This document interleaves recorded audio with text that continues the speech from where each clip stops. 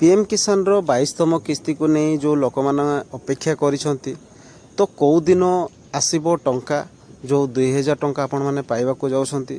तो यही तारीख को नहीं गोटे बहुत बड़ गोटे अपडेट आसी से कौन अपडेट रही मु आपण मानक आज संपूर्ण अपडेट जनइबी। चैनल रे आपण माने कंटिन्यू रुहंतु एवं चैनल रे नुआ करे आसीथिले चैनल को लाइक करदेवे एवं सब्सक्राइब करदेवे इभଳି भाबे सर्वप्रथम नोटिफिकेशन पाइबा पाई। तबे चलंतु संपूर्ण अपडेट आज आमे नै नेबा। तो फ्रेंड्स, केंद्र सरकार प्रधानमंत्री किसान सम्मान निधि योजना अधीन ए पर्यंत मोट 21टी किस्ती जारी करा जायछि एवं देशर लक्ष लक्ष चाषी एही योजनार उपकृत होउछंती। तेबे प्रत्येक किस्ती सहित चाषी मानकर सीधासलख सेमानकर बैंक अकाउंट आर्थिक सहायता पाती जहाँ सेमानकर चाष एवं परिवार आवश्यकता को समर्थन करे। एबे किंतु चाषी माने 22तम किस्ती उपरे नजर रखिछंती। प्रथमे आशा करा जाउथला जे होली पाखापाखी एही राशि रिलीज होइजिवो, किंतु पूर्व परे मध्य पांठी स्थानांतर होई नाही। अनेक चाषी परिवर्ते किस्ती केबे आसीबो ताहा भाबुछंती। निकटत रिपोर्ट रु जणा पड़िछि जे सरकार खूब शीघ्र ए नै निष्पत्ति नै पारंती जहाँ हिताधिकारी माननको सहायता प्रदान करा जाय परिबो। तो फ्रेंड्स, परवर्ती किस्ती आसंता सप्ताह सुधा प्रकाशित हो पारे। देखंतु देशर लक्ष लक्ष चाषी 22तम किस्ती पाए उत्साह सहित अपेक्षा करिसंती।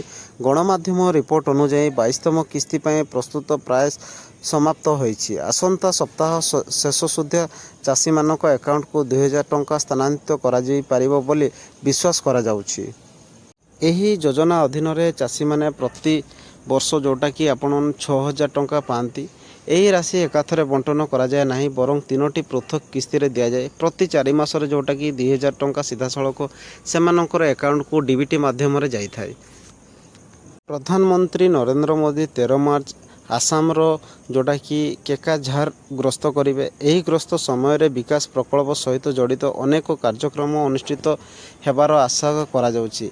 एही कार्यक्रम रे प्रधानमंत्री किसान योजना नूतन किस्ती घोषणा मध्य होई पारे बोली अनुमान करा जाउछि। जदिओ सरकार ए पर्यंत एही विषय रे कोनोसी सरकारी सूचना प्रकाश करि नाहंती, तबे चाषी माने आशावादी जे खूब शीघ्र सेमानक अकाउंट को पांठी स्थानांतरित हेबो बोली। तेबे प्रत्येक चाषी भाई मैंने सेमानक स्थिति किभली भावे जांच करेंगे। देखंतु समस्त चाषी भाई मैंने परवर्ती किस्ती पाइबा पूर्व सेमानकर स्थिति जांच करने उचित। यह घर मध्य ऑनलाइन रे करि परिबे।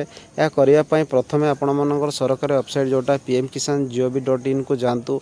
आई नो योर स्टेटस को विकल्प चयन करी आपणकर पंजीकरण नंबर प्रवेश करंतु। या परे आपणकर मोबाइल नंबर प्राप्त जोटा कि ओटीपी प्रवेश करंतु एवं आपणक स्थिति जांच प्रदर्शन निहाती हेबो।